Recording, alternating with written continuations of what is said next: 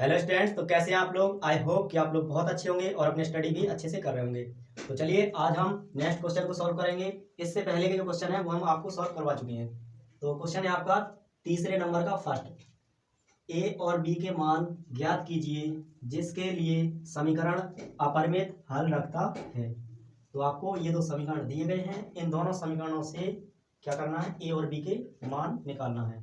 ठीक है, तो जब भी आपसे यहाँ पे कहे कि अपरिमित हल रखता है या फिर अनंत हल रखता है या फिर बोले अनेक हल रखता है, तीनों में से कोई भी शब्द लिखा हो, ठीक है, आपको एक फॉर्मूला यूज करना है जो हम आपको अभी बता दे रहे हैं। यहाँ पे ये आपका फॉर्मूला है A1/A2 बराबर B1/B2 बराबर C1/C2। ये आपका फॉर्मूला है और इसी फॉर्मूले में A1 B1 C1 और A2 B2 C2 के हमें मान रखने होते हैं। ठीक है, तो ये सब मिलेंगे कहाँ पे, तो इन दोनों समीकरणों से हम निकाल लेंगे। ठीक है, और इसमें वैल्यू रख देंगे तो हमें आंसर प्राप्त हो जाएगा थोड़ा सा सॉल्यूशन करने के बाद। तो यहाँ पे हम मान रख देते हैं। तो देखिए ये आपका x के साथ में जो लिखा है ये होता है A1 यानी कि 2, और ये होता है आपका A2 यानी कि A + B + 1, ये आपका हो गया A2। ये B1 कहाँ पे है, तो ये आपका B1 है यानी कि 3। x और y को छोड़ देना है, ठीक है, इनको नहीं लेना है, और इसके अलावा जो भी लिखा होगा उन सबको हमें लेना पड़ेगा। तो यहाँ पे 3 और ये आपका x2 और A2 और ये B2। तो यहाँ पे B2 लिखेंगे हम। B2 का मान क्या है, A + 2B + 2, ये आपका B2 का मान है। उसके बाद C1 और C2 का मान रखेंगे, तो ये आपका C1 है और ये C2 यानी कि 7/4 A + B + 1, ये हमने मान रख लिए। ठीक है, अब देखिए, आप ध्यान से देखें इसको, ये तीनों क्या है, एक दूसरे के इक्वल हैं यानी कि बराबर है। तो जब ये तीनों एक दूसरे के बराबर होते हैं तो ऐसे सवालों को एक ही बार में सॉल्यूशन करना पॉसिबल नहीं होता है, इसलिए हम इनको क्या करेंगे, दो दो करके सॉल्व करेंगे। तो आप कोई से भी दो उठा सकते हैं और उन्हें सॉल्व कर सकते हैं। तो पहले हम इन दोनों को सॉल्व करते हैं, उसके बाद इन दोनों को करेंगे। ठीक है, तो आप वीडियो लास्ट तक देखना ताकि आपको आसानी से समझ में आ सके। तो हम इन दोनों को उठा लेते हैं यानी कि 2/A + B + 1 बराबर 3/A + 2B + 2। ये हमने इतना उठा लिया। ठीक है, यहाँ से लेकर के यहाँ तक। अब इसको हम सॉल्व कर दे रहे हैं। तो ऐसे सवालों को आपको पता है क्रॉस मल्टीप्लाई करके सॉल्व किया जाता है।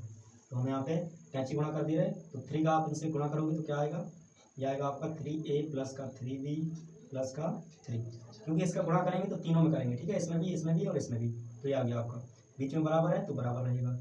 अब इस 2 का इन तीनों में गुणा करेंगे, तो 2 का A से करोगे तो 2A आएगा, प्लस 2 का 2 से 2 दूनी 4B प्लस 2 दूनी 4। कितना समझ में आ गया।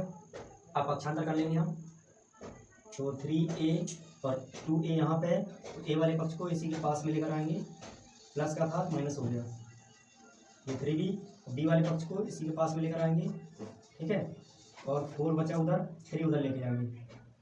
ठीक है, अब यहाँ पे हम घटा देंगे, 3 में से 2 घटाओगे तो 1 आएगा आपका, माइनस 4 में से 3 घटाओगे तो आपका 1B बचेगा, बराबर 4 में से 3 घटाओगे तो 1। अब ये आपका एक समीकरण बन जाएगा, इसको आप कोई भी नाम दे सकते हैं, फर्स्ट सेकंड थर्ड, तो ये आपका फर्स्ट है।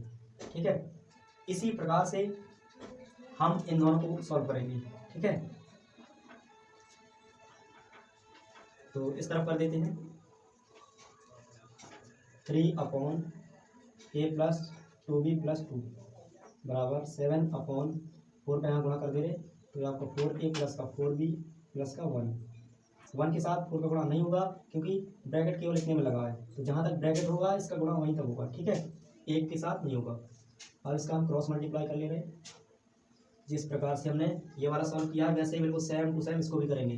तो 7 का इससे गुणा करेंगे, इन तीनों से होगा, तो क्या आएगा, 7A + के 7 दूनी 14B + के 7 दूनी 14, बीच में बराबर है तो बराबर आ जाएगा। अब इस 3 का इससे गुणा होगा, 3 चौकी 12A + 3 चौकी 12B + के 3 एकम 3। अब पक्षांतर कर लेंगे हम, तो 7A 12 इधर आ जाएगा, माइनस का हो जाएगा 12A। ठीक है, ये माइनस है आपका, और प्लस के 14b, तो b वाला इधर आ जाएगा 12 का, ठीक है। तो माइनस का हो जाएगा, उधर कौन बच गया, तो 3 बच रहा है, और 14 को उधर ले जाएंगे तो माइनस का 14।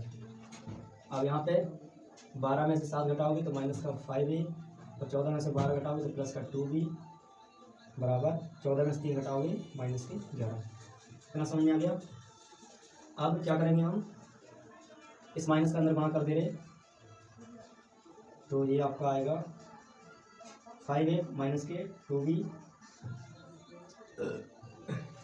बराबर 11। ये आपका दूसरा समीकरण बन जाएगा, सेकंड, ठीक है। सेकंड क्वेश्चन, ये फर्स्ट और ये सेकंड। अब इन दोनों को हम सॉल्व करेंगे, ठीक है। तो इन दोनों को सॉल्व कर लेते हैं। इस वाले को हम इसके नीचे रख के सॉल्व करें, ठीक है। तो यहाँ पे रखा हमने इसको 5a माइनस के 2b बराबर 11। ये आपका कौन सा वाला है, सेकंड नंबर का, ठीक है। अब इस सवाल को आप 3 विधियों से सॉल्व कर सकते हैं। यहाँ पे विलोपन विधि, या फिर प्रतिस्थापन विधि, और या फिर आपकी वज्रगुणन विधि होती है, उससे भी आप सॉल्व कर सकते हैं। तो हम इसको विलोपन विधि से करेंगे। तो विलोपन विधि से जब भी सवालों को सॉल्व करते हैं तो या तो a के गुणांक या फिर b के गुणांक बराबर होने चाहिए, ठीक है।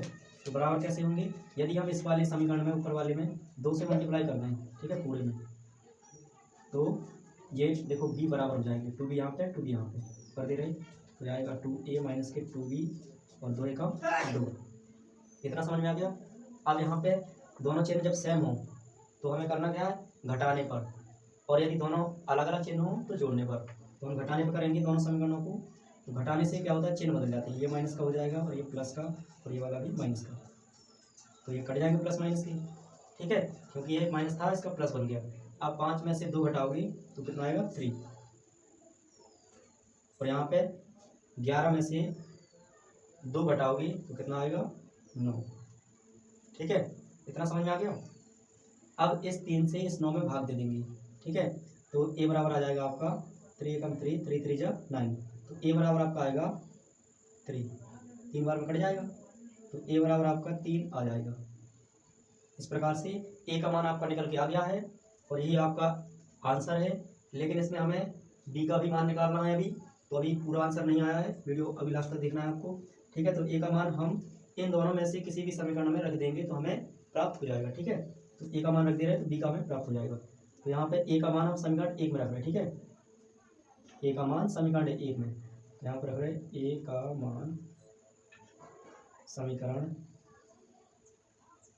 1 में रखने पर, 1 में रखे दे रहे, तो क्या आएगा, पहले समीकरण को लिख लेते हैं, a माइनस बी बराबर 1, सही था ना, a माइनस बी बराबर 1। तो इसमें a के स्थान पर हम 3 रख सकते हैं, ठीक है। तो यहाँ पे हम 3 रख दे रहे, दिख रहा है ना आपको, दिख रहा होगा। तो यहाँ पे हम a के स्थान पे 3 रख देंगे तो क्या आएगा, 3 माइनस के b बराबर 1, ये आएगा। आप पक्षांतर कर देंगे हम, तो ये आपका आ जाएगा b बराबर 1 माइनस का b बराबर माइनस का 3। इतना समझ में आ गया। पक्षांतर करने पे चिन्ह बदल जाता है, इसलिए हमने 3 को उधर लेके गए तो माइनस हो गया, और माइनस का b ऑलरेडी अभी भी वहीं पे है जहाँ था, ठीक है। अब यहाँ पे घटा लेंगे हम इसको, तो आंसर आएगा आपका, यहाँ लिख दे रहे, तो b बराबर आपका आंसर आ जाएगा 3 में से 1 घटाओगे माइनस का 2 आएगा, तो माइनस का 2, और ये माइनस का b था पहले ही, b आपका माइनस का था, तो माइनस से माइनस कैंसिल हो जाएगा, तो b बराबर 2, ये आपका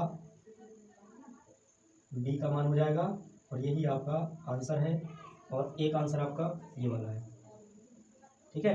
तो इस प्रकार से आप सवालों को सॉल्व करेंगे, और बहुत ही आसान तरीके से। हमने आपको इतनी आसान लैंग्वेज में समझाने का प्रयास किया है कि शायद कोई समझा पाए। तो हमारा आपसे कहना है कि यदि आप नए हों तो हमारे चैनल को सब्सक्राइब कर लें, क्योंकि हम आपके लिए इसी प्रकार की वीडियो बनाते रहते हैं।